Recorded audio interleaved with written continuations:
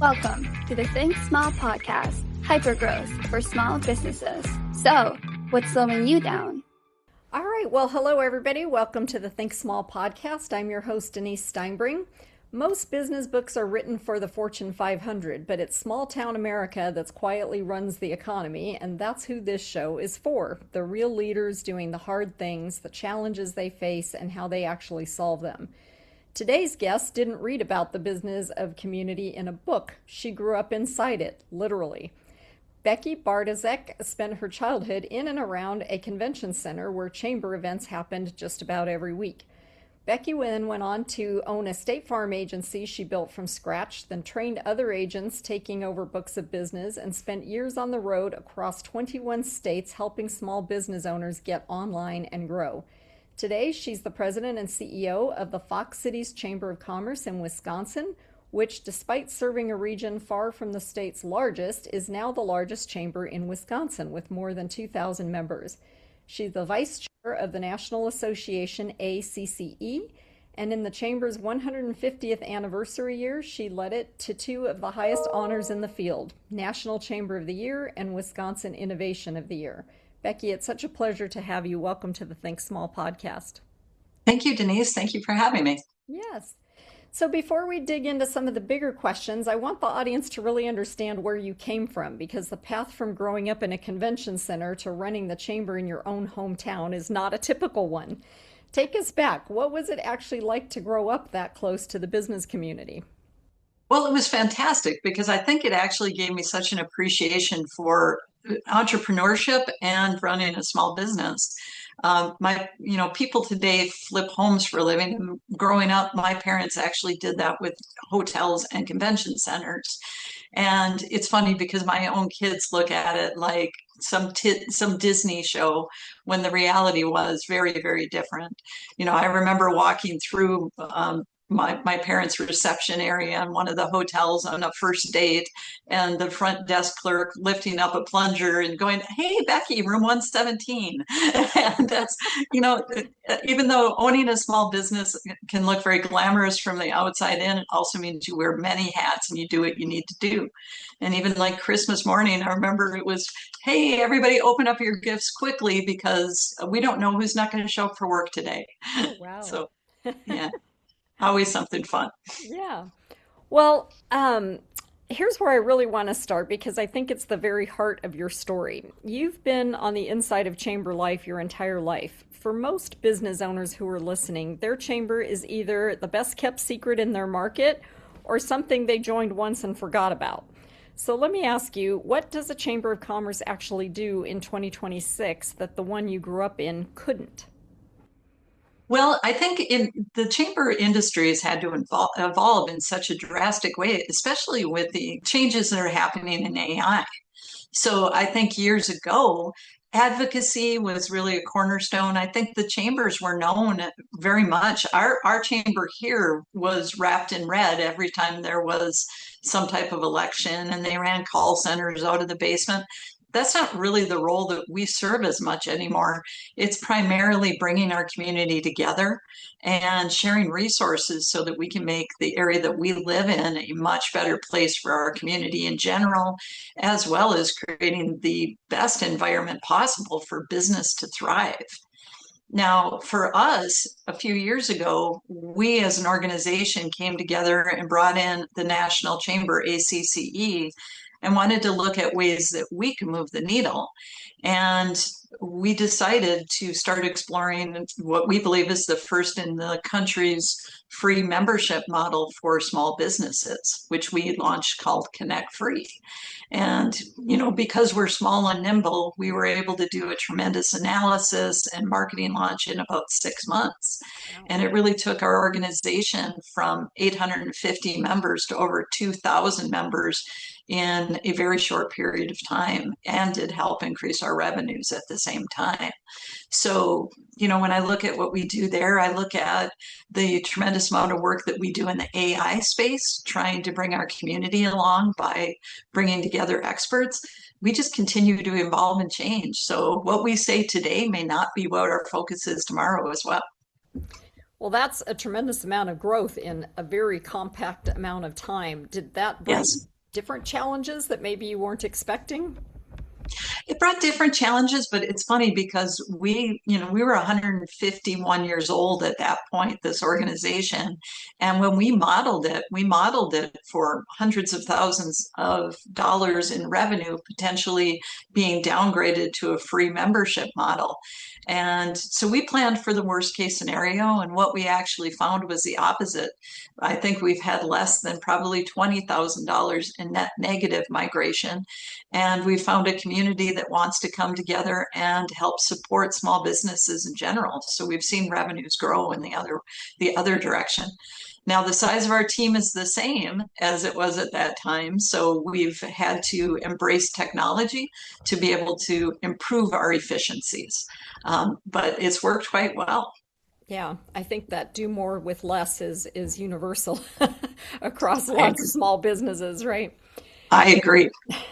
For some of our listeners who might only know their local chamber, help us understand the Fox cities specifically because it spans multiple cities, not one, and then maybe talk a little bit about ACC at the national level, just so people get a good understanding of how it all works together. Sure, absolutely. So our chamber, the Fox Cities Chamber, as I mentioned, is over 150 years old, and we serve the 2.5 counties surrounding Appleton, Wisconsin. So we're just south of Green Bay and we're north of Milwaukee, Wisconsin. And 2.5 counties is quite large for a chamber. A lot of chambers are just one city. But not only are we the Chamber of Commerce, we're the Regional Economic Development Organization as well. So it's quite a spread that we're covering with 2,000 members and 15 employees. We also do over 100 events and programs every year. Our largest event is Appleton's Oktoberfest, and we've been doing that for 43 years. It is estimated that our event in 2 days brings in over 350,000 people to our community and also has an economic impact of $43.2 million in those 2 days. So we're really soup to nuts on this, from advocacy, economic development to the largest events and leadership development, a little bit of anything you can imagine. Now, from ACCE's perspective, ACCE at the national level is really the backbone of chambers across our country. When I look at the resources that we need to be able to serve our local communities, I think ACCE is the jackpot for our chambers. It's what really provides the support for us to be able to do what we do. That's great. And what is it that you see that maybe some small business owners get wrong about the chamber? Like what's in it for them, right? What maybe they signed up, like I said, and then forgot about their membership. But what are some of the resources and tools that you have for small businesses who are trying to grow? Well, and really, I think there's an old perception of chambers from years ago. I hate to say it, but they were known as pale, male, and stale. And, that's definitely not what we see today. Actually, it's 65 to 70% of the chambers are actually run by women now. So it has changed drastically. Yes, over the years. So we're very excited about that. I can only speak to our chamber, but our Connect Free membership alone, which supports it's completely free for small business owners with 5 or less employees, nonprofits with 10 or less employees, and all freestanding restaurants. They receive benefits, not only a basic chamber membership where they're able to attend all of our events and get all of our local resources. It also includes a discounted YMCA membership for them and their employees. It also includes discounted health insurance offerings. It includes a free U.S. Chamber membership, which comes with a whole suite of benefits as well. Mhm. So, I mean, really, you need to get to know your local chamber because each chamber operates a little bit differently, but we all exist to be the backbone of supporting our business community, and most of them are small business. Yeah. Sounds like a great call to action. So for those listeners, go check out that card that you put in your wallet a while ago and see what your Absolutely. chamber's all about. Yeah. So you won National Chamber of the Year in your 150th anniversary year, and that's about as good as it gets for any organization. But the hardest moment for most organizations isn't the crisis, it's the morning after the celebration when everyone looks around and says, okay, so now how do we top that? How did you personally navigate that moment, and what did you have to push your team to keep reinventing even while the trophies were still warm? Well, you definitely need to seize that moment, right? Right. And for us, we were very blessed because we were so excited to be named the National Chamber of the Year, and our entire team was down in Dallas to be on stage to find out if we won. To be honest, we had no idea if we did or didn't. And the next morning, we received the news that we had been named the Wisconsin Innovation of the Year award winner for all nonprofits in the state of Wisconsin. So that was exciting. But when you get back and all the hoopla happens and the office is full of flowers and everything's very exciting, there can be a big letdown afterwards going, okay, how do we top this? Right. And members start to ask. So, we actually were able to accomplish those goals by really thinking outside of the box and trying some daring things. And, that was what we really challenged ourselves to do as well. So it's been kind of fun to see what happened because we've really done an aggressive job of trying to share our story and everything that's happened. And, I'm not able to share all of the details yet, hopefully in the next year or so. But by sharing our story, it's opened tremendous new doors that we never could have expected to be happening. Yeah, that's amazing. Congratulations. You got two right on top of each other. So Yeah. that's an exciting time. So let's go back to the Connect Free that you mentioned earlier. For folks who hadn't heard of it, you made membership dues free for small nonprofits, for small businesses, and for every freestanding restaurant in your region. So on paper, a chamber voluntarily giving dues revenue sounds a little crazy. So walk me through that. What was the thinking? How did you get your board to say yes to losing that revenue? And what actually happened after you launched? Well, so what we wanted to do is the biggest thing that was holding back our community, and we knew it, was talent attraction and retention. And it didn't matter if you're a large employer or small employer, that's what we needed. We needed more people to want to come here and stay here. So we also did not want to compete with large capital campaigns that were driving quality of life as well. Our hospital was doing a capital campaign, our library, our university, all of them were. And that's not a space we wanted to compete in. So we knew that by really helping drive quality of life, that more and more people would want to look at our community for long term. Well, I mean, let's face it, especially back in 2022, when somebody graduated from college, they could get a job anywhere that they wanted. And nobody was saying, I'm going to find the biggest Best Buy and that's where I'm going to move. That's just not reality. People are looking for that fun niche experience from boutiques and fun restaurants and happening downtowns. And that is driven by small business. So we knew if we could support them, that would help attract more people to our region. It would help our small businesses grow into larger businesses and create jobs. And as we attracted that talent to the region, that would help support our larger employers as well. And that's exactly what we've seen. So it's been exciting to watch. And when we went to the board and said the revenue impact could be significant, according to the modeling, they said, we think that the risk is worth it. And what we found is a couple different things. First of all, our larger employers wanted to step up and help support our smaller employers. So if we went to them and said, hey, can you make a larger economic development contribution? Many of them just said, yes, absolutely, this is important work. Even more importantly, is we had to think like a small business as well. And to me, I think that the key to running a successful business, it doesn't matter the size, is to constantly evolve and meet your customer where they want to be met.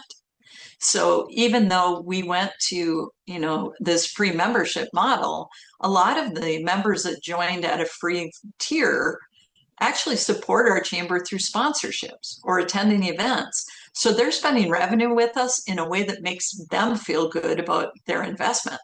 And I mean, if we're supplying the needs of our customers, I think that we have a much better chance of keeping our customers and growing long term. Earlier, when we talked, your board asked a second question after agreeing to risk the revenue, right? They said, if we do this, can we do it well? And that's more of a marketing and an execution question. So, how did Laura, your rock star marketer, and the team turn that idea into a launch that led the evening news? Yeah, it was a big challenge. It was a big concern for our chamber. And it's funny, we just did a survey of our members, and being able to market successfully is one of the top challenges that our small businesses are worried about right now. Mm. So once we've looked at the financial portion of launching it, the chamber board said, all right, if we're going to do this, it has to be big and it has to be well done. So Laura not only put together a full rebrand of the organization in less than 5 or 6 months, she also got everything ready for this program. So the day of the announcement, we actually invited 100 community leaders to the chamber and had a luncheon. They had no idea other than we had big news to share. And when they arrived, we had all of the local politicians, we had all the news coverage, we had all of the key community leaders that were invested in the chamber were all invited to come. And, we had a stage and a podium, and the tarp came off, the sign that showed our completely new, beautiful rebranding. And then we announced that we were going to offer this free membership to all of these organizations. And the news media just grabbed onto it. Because they can't find anywhere in the country, we couldn't find anywhere in the country that was offering this type of program that just wasn't an introductory offer. Mm-hmm. This was, if you're in this bucket, we're going to help you long term. It's not 1 year and then you're done. So that night at 5, 9, and 10 o'clock, when we turned on the TV, every single station picked this up as cutting news to watch. The following month, we were asked to present Connect Free at the state level as a best practice to watch.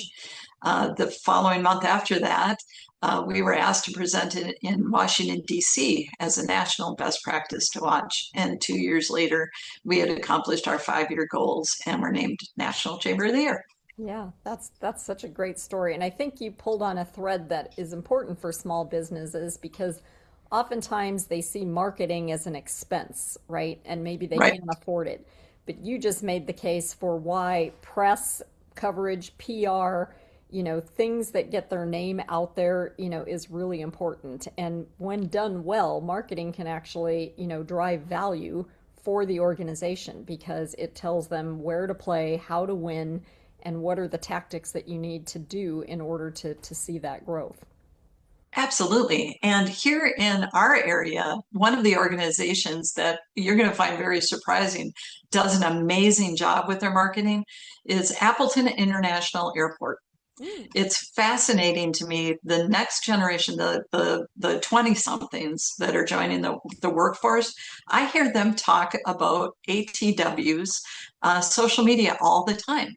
And they're not spending tremendous dollars. They're just thinking creatively. Mhm. And now they've got an entire generation in our local community watching what they're going to put out next. And it's created quite a buzz. It's really exciting to watch. Yeah. So, I mean, marketing is a cornerstone, but you look at when our world is, really changing very quickly with artificial intelligence and everything that's happening in Washington and across the world, there's so much concern about change. You can't pull back on the marketing dollars. That's when your message is more important than ever. Yeah. So I'm a huge advocate for investing in marketing as you can, and of course, always thinking outside of the box to share your message. Absolutely. And I know there's a lot of fear about, oh, is AI going to replace everybody's jobs, right? But the thing that AI doesn't have is it doesn't have human emotion. And Yes. when you're doing marketing, people want to buy from people they feel comfortable with. And, it still requires that human oversight in order to build those social media campaigns and things of that nature. Exactly. And any chamber across the country, I've mentioned that everybody does things different. Every single chamber at the core of what we do is exists to bring the community together. Right. And and we do that because the cornerstone of business, and it doesn't matter what size you are, is the relationship and having the trust of your community and your customer. Right, right. Well, let's go back to something you talked about earlier, which was talent attraction. So, your own membership survey said that talent attraction and retention is the number one challenge your members face, cited at about 45%, and it's held that top spot for 4 years running. So again, not an HR problem necessarily, but a marketing problem. So you have to get the people to choose the Fox cities over Chicago, Minneapolis, Madison, places with more name recognition and brand gravity. So how are you thinking about the Chamber's role in that story? And do you feel like the marketing infrastructure exists in the region to actually compete for talent at scale? Yeah, we're very blessed here in our region because, from all of the surveys, it doesn't matter if it's livability or the we've had national print publications here in the past couple months talking about the fact that our region is bucking all the Midwest trends. We're showing population growth. Our quality of life is off the charts as far as having all of the amenities of a large community, but the safety of a small community. And, the affordability of our housing is very, very impressive. But people are not going to know that if there isn't a voice out there sharing that very loudly.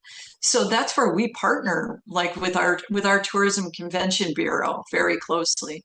Mhm. Um, a couple of years ago, I had the Tourism Convention Bureau on TV with us as a guest because we do a segment every other week on TV. And the Tourism Convention Bureau explained very clearly what the difference between a Chamber of Commerce and a Tourism Convention Bureau is. The Tourism Convention Bureau wants people to come to our community and leave. The Chamber of Commerce wants people to come to our community and stay. you know, Two very different things, but the mission is the same. You just have to share all of the great things that you have happening in your community, and they will come. Yeah, I think I want to come to the Oktoberfest, so I'll put that on my calendar. You should. I will make sure you get a free wristband. Awesome. Well, you've also done something else really creative. You've rethought leadership development for busy employers. So, talk a little bit about Leader Lab and Better Culture Partnership. How does building better leaders locally tie into keeping the talent there? Well, it's huge. I mean, people stay where they feel that their employer is investing in them and watching out for their future. And I joined our chamber 8 years ago, and we had one leadership program, and it was the basic traditional leadership, which is still the cornerstone of our leadership program, because most chamber traditional leadership basically takes the up and coming leaders that employers are investing in and gives them a behind the scene tour of all the aspects of their community. And it's very important to help develop those leaders. But we've got a new partner with Better Culture, who has helped us find a program where we can not ask these folks to come in for such an extensive amount of time or with such a high price tag. Better Culture has provided video programs where we can offer leadership programs now where you can watch videos on demand Hmm. and then just come in at breakfast or at lunch and have a group conversation together to help hone your skills, to make your environment at work a much better place and develop leadership skills overall. So we started with we're with one program 8 years ago, and now we're at 7 programs. Oh. And it's from the shorter, more a la carte programs, the traditional leadership, table opportunities for top CEOs to get together, concierge services. I think if you turn to your local chamber, you're going to find an opportunity to develop your internal team at many, many levels, as well as help small business owners connect with like-minded people. Yeah, I love that. Um, so you mentioned your survey, you've got some other results. Tell me honestly, like what's hard right now? What's the challenge that you're wrestling with in this current environment? So we just got survey results back this morning, and it's interesting to see how things changed. For many, many years, when I went out and I talked to businesses, all I heard was talent attraction, talent attraction, talent attraction. And then that kind of started to die back. All of a sudden, people weren't as concerned about attracting talent. They started to worry about affordable housing, childcare. But when we specifically ask small businesses lately, they're concerned about marketing. They're concerned about consistent revenue and attracting new customers. With the uncertainty that people are experiencing right now, people are holding back on some investments, and attracting new customers is the top concern that we hear today from our small businesses. Yeah. And I think sometimes business owners get a little paralyzed, right, when there's uncertainty in the market because they're just not sure that making an investment right now is the right thing to do. But it Right. is when your competitors are also holding back, right? Exactly. That's the time to make those investments so that you get sort of a mover's advantage by doing so. Exactly. And I mean, really, sometimes it just comes down to taking a risk. Yeah, And, you know, and investing in your business is always a smart risk. exactly. Well, let's close on kind of AI because, as you mentioned, everybody's talking about it, but you're clearly not just dabbling. You've run an AI business summit that drew 300 people. You publish regularly a regional AI readiness survey. You stood up an AI task force, even put a chatbot on your site. And, previously, I don't know what your new survey results are, but, you weren't getting 5 out of 5 just yet, showing that the perception is that you're still in the developing stage. And most members were experimenting rather than operating at scale. So what did the new survey results tell you, and where is the Fox Cities business community really operating at what level? So out of 5, the survey results that we had from the summit were like a 2.5. And I think we're probably still at 2.5 Mm-hmm. just because AI is changing so fastly and the world is changing so fastly.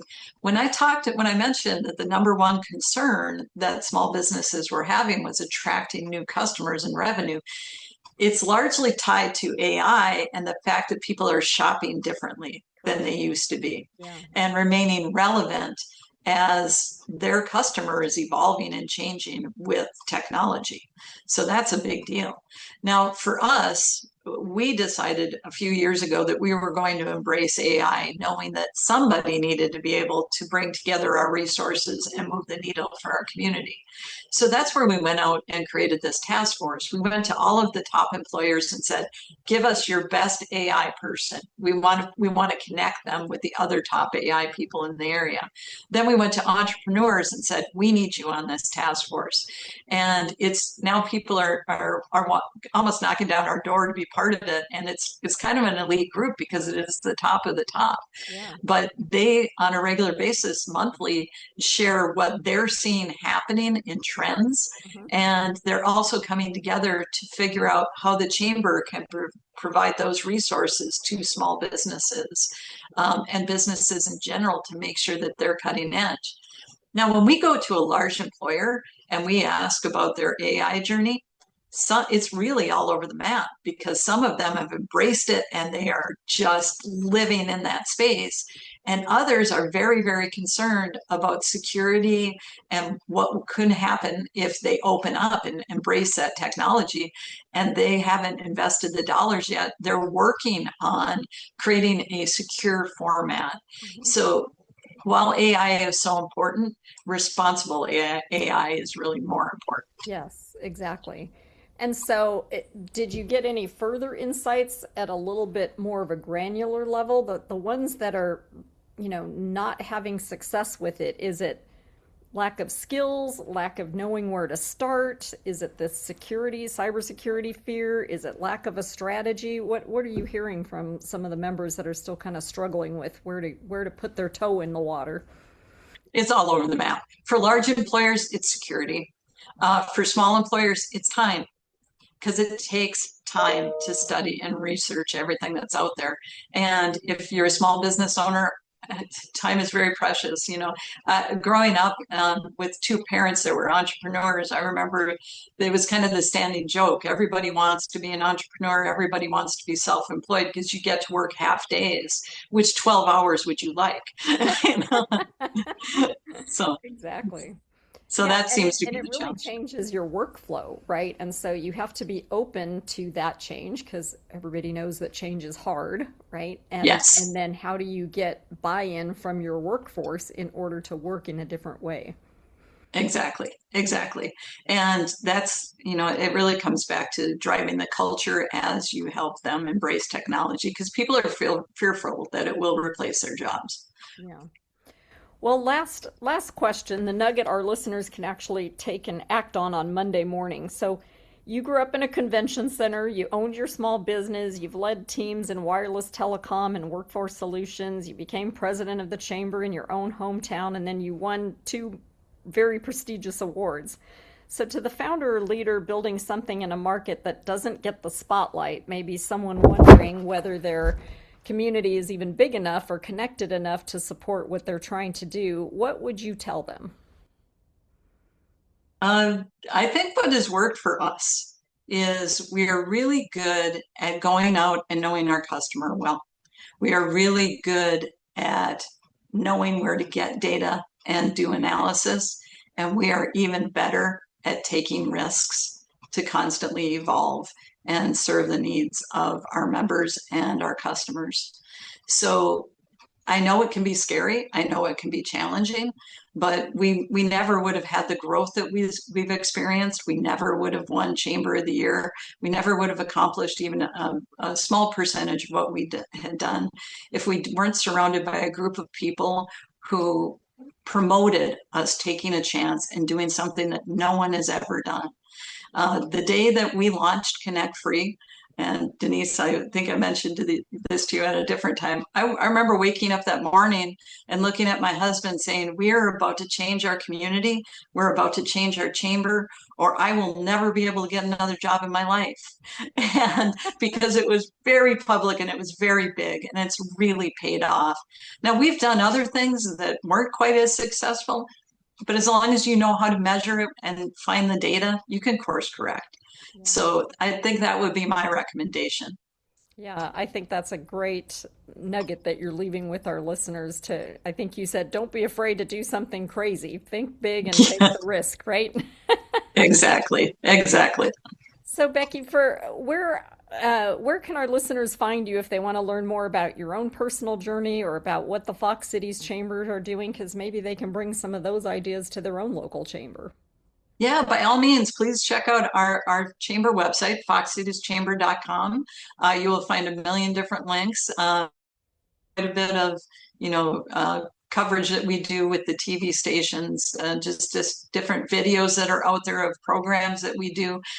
It's a great place to start, and it also shares a tremendous amount of information, not only about our chamber, but about our community. So please check us out. Awesome.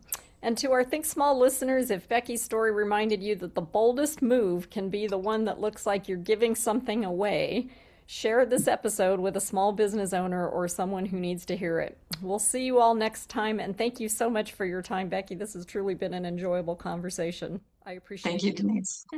I appreciate you.